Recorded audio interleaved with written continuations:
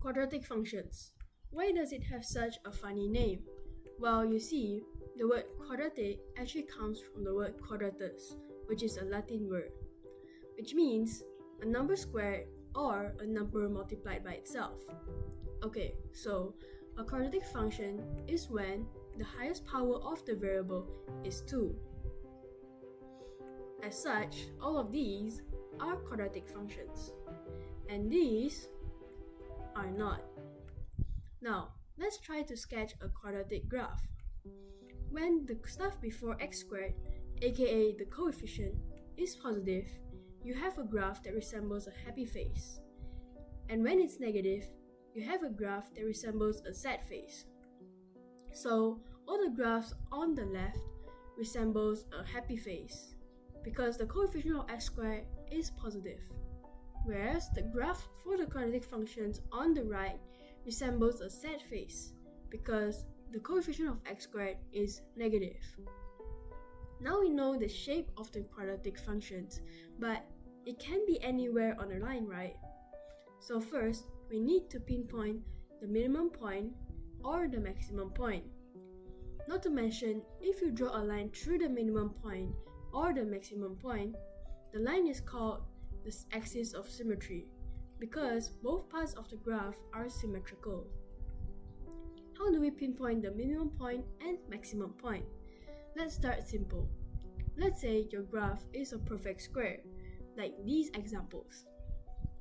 In this case, the minimum point will be when function of x is 0, which means your x value is negative h.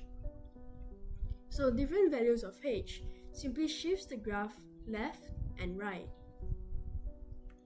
Now, since not all quadratic functions are perfect squares, which means not all quadratic functions can be written like this, we add a constant called k, and it becomes x plus h squared plus k. Wait, what's the logic? So these are all the possible variations if your function is a perfect square. But remember, quadratic functions can be anywhere on the graph. So by adding k, if k is positive, it simply shifts up the graph by k units. And if k is negative, it simply shifts down the graph by k units. Last step, multiplying by a, which gives us this form. Because the previous form, when you expand it, we get x squared plus 2hx plus h squared plus k. And note that the coefficient of x squared can be anything, not just 1. As such, by multiplying a, we get this. And now we can represent any quadratic function, as now the coefficient of x squared can be anything. The effect of multiplying a will just be stretching or squeezing the graph. This is called the vertex form. If a is positive, the graph will be a happy face. Note that we can't change the k, but we can change this part, making it a minimum value. Note that a is positive and x plus h squared is always positive. To get a minimum value, it must be 0 since it can never be negative. Okay, so to make this equals to 0, x needs to be negative 1, giving us the minimum point when x is negative h and y will be k. If a is negative, the graph will be a sad face, meaning we want to find the maximum value. Note that we can't change the constant k, but we can change this part to make it a maximum value. So note that a is negative and x plus h squared is always positive. When they multiply, it always gives a negative value. To get a maximum value, it must be 0 since it can never be positive. Okay, so to make this equals to 0, x needs to be negative h, giving us the maximum point when x is negative h and y is k. Thus, by having the vertex form, it gives us the minimum point and the maximum point, which is always when x is negative h and y is k. But how do we get this form? Since you are so smart, you think you can just compare the vertex form with the standard form of a quadratic function, and by comparing the terms with x, we get this formula. Then, by comparing the constants, we get another formula. But there has got to be a better way, which is completing the square. Now, firstly, what we need to do is isolate the constant. And note that if we expand x plus b squared, we get x squared plus 2bx plus b squared. Our mission now is to make sure that this part resembles this part. So we need to focus on making 4x the same as 2b. And b would just be 2. So we need to plus 4, which is plus b squared, then minus 4, which is minus b squared, to make sure it's the same function. And don't forget that you need to plus 1.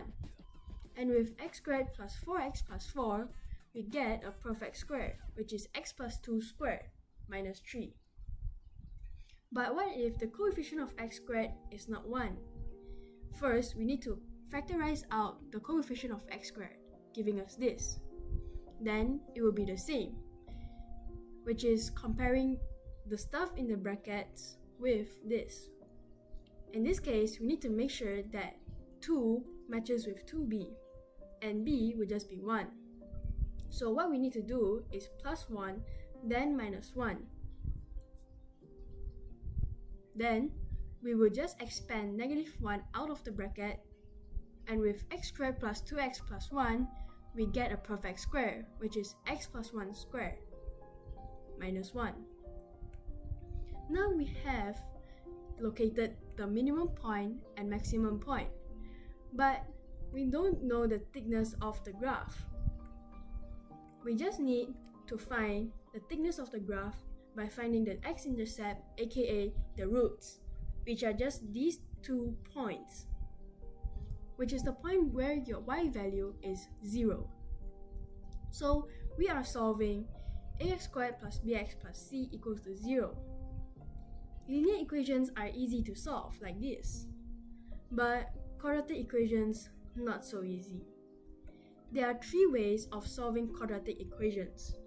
Firstly, when we have nice numbers, we can use factorization, which is basically writing numbers like this, where your roots will just be when x is negative r1 and negative r2. So what we need to do is first multiply the coefficient of x squared with the constant, giving us negative 48. Then we simply look at the coefficient of x, which is 13. Now, what numbers multiply to give negative 48 and add up to get 13? It is 16 and negative 3.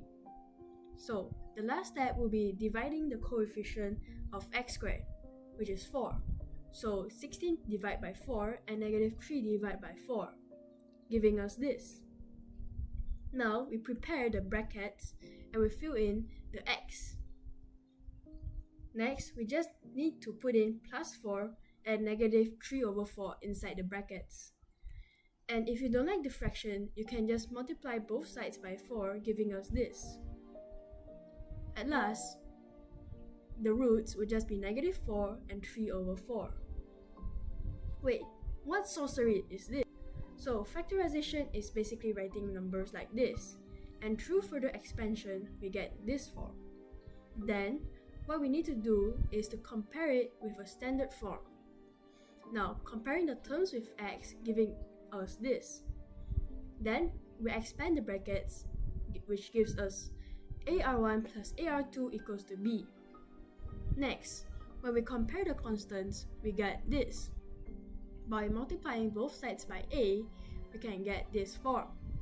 So, we need to find 2 numbers when multiplied together gives ac, and when added together gives b. As such, the first step is actually helping us to find ac, whereas the second step is actually finding b.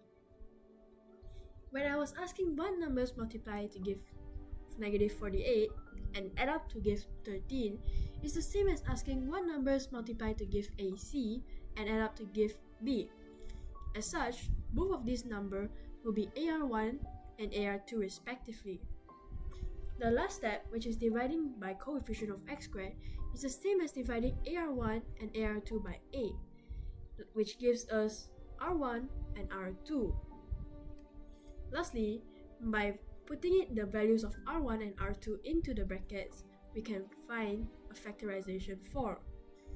And the roots will just be -4 and 3/4. Next, we can try this example. First, we multiply the coefficient of x squared with the constant, giving us -5. Then, we look at the coefficient of x, which is 6. Now, when numbers multiply to give -5 and add up to 6? I don't know. Well, this is when the number is not nice, making it impossible to solve using factorization. So it is time that we use second or third way. We can write any quadratic functions in this standard form, where a, b, c are any numbers. What we need to do is use the complete the square technique and isolate x. And now we have this magical formula, aka the quadratic formula. Let's put it to the test. So let's say we have the previous question, and in this case, a is 1, b is 6, c is -5. And by plugging it into the quadratic function, we get this, which are the two roots of the function. Now we know the two roots of a function will just be -6.74 and 0.74 respectively. The third method is actually completing the square. When we have the same question, through completing a square, we will get the same answer, which is the two roots. So now we know how to find the x-intercept, aka the roots, the minimum point or maximum point. We still need to find the y-intercept.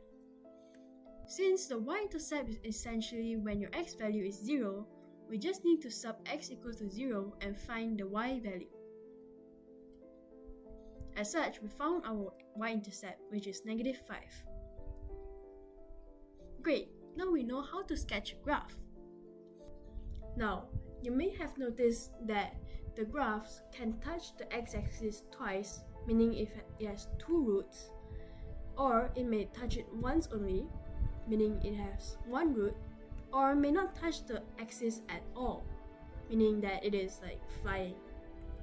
Of course, we can deduce based on finding the minimum or maximum point, but there has to be a better way. Remember this magical formula? Okay, so notice this part of the formula. If b squared minus 4ac is more than 0, x has two solutions, meaning that we have two distinct real roots, or the two roots are simply different values. If b squared minus 4ac is 0, we will only have one solution, which is x equals to -b/2a, meaning that we only have one real root, touching the graph once. However, when b squared minus 4ac is lesser than 0, we have a negative value inside a square root. Now, negative value inside a square root actually gives us imaginary values and can't be represented in a real plane like this. So, there will be no roots for this. Touch the x. b squared minus 4ac is also called the discriminant, and it is used to determine the number of roots of a quadratic function. Next, domain and range. Essentially, the question we are answering is how to find the range, which is all the possible output values for a given domain.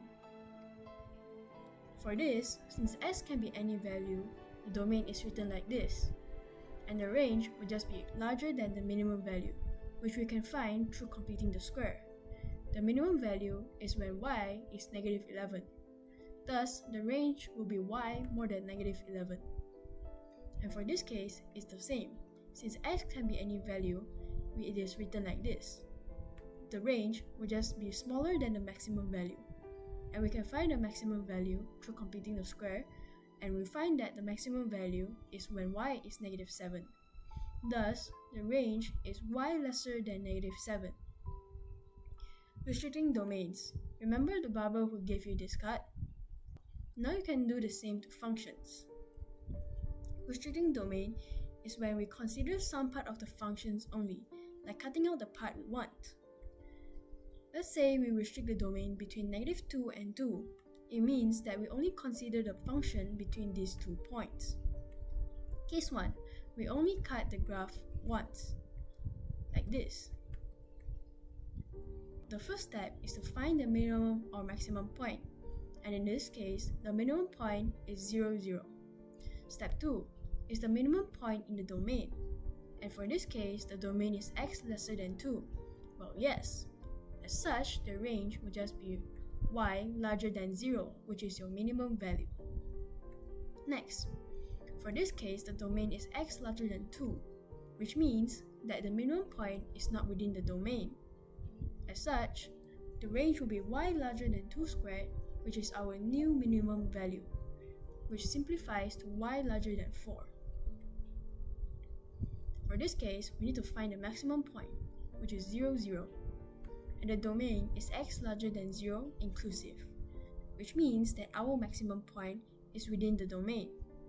As such, the range will just be y lesser than 0, which is your maximum value.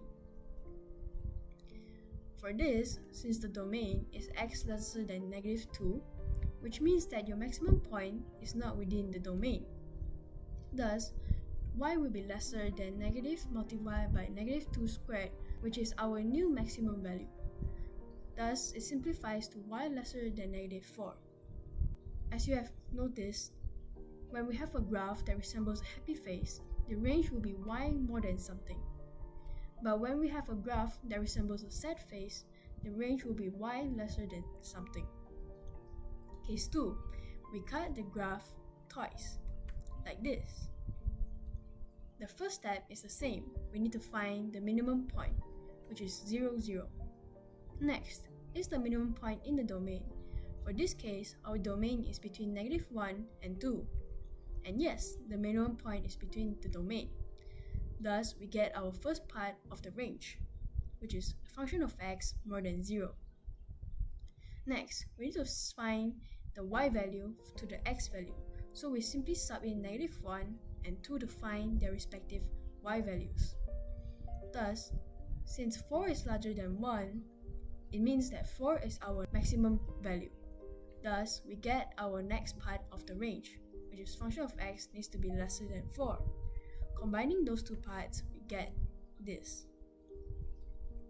Now, for this case, the domain is between -2 and -1, which means our minimum point is not within the domain.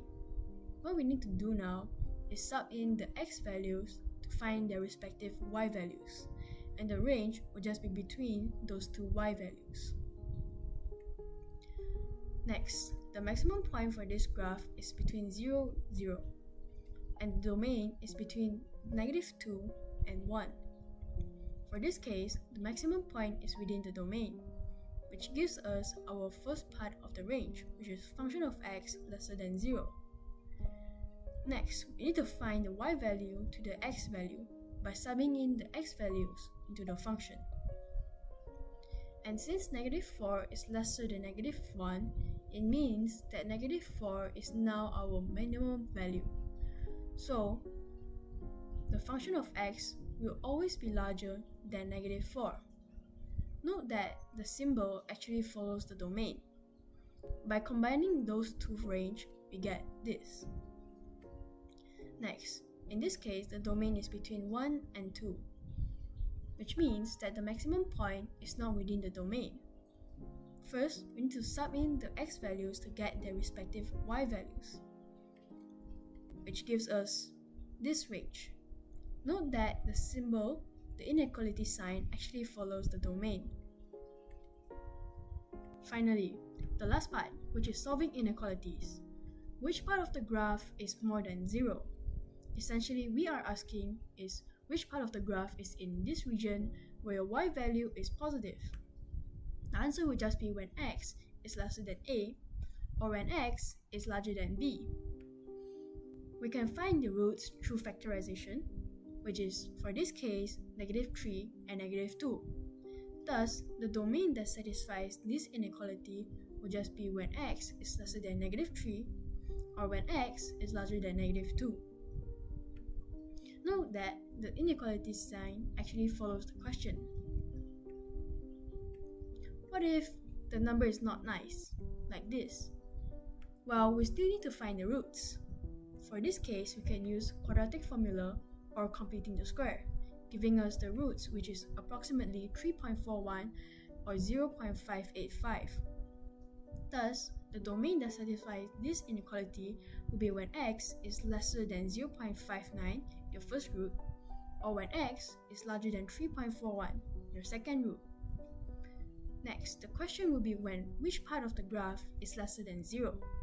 It's the same as asking which part of the graph is in this region where your y value is negative. Thus, the answer will just be when x is between a and b. We still need to find the roots, and we can use factorization. For this question, the domain that satisfies the inequality will be when x is between -3 and -2.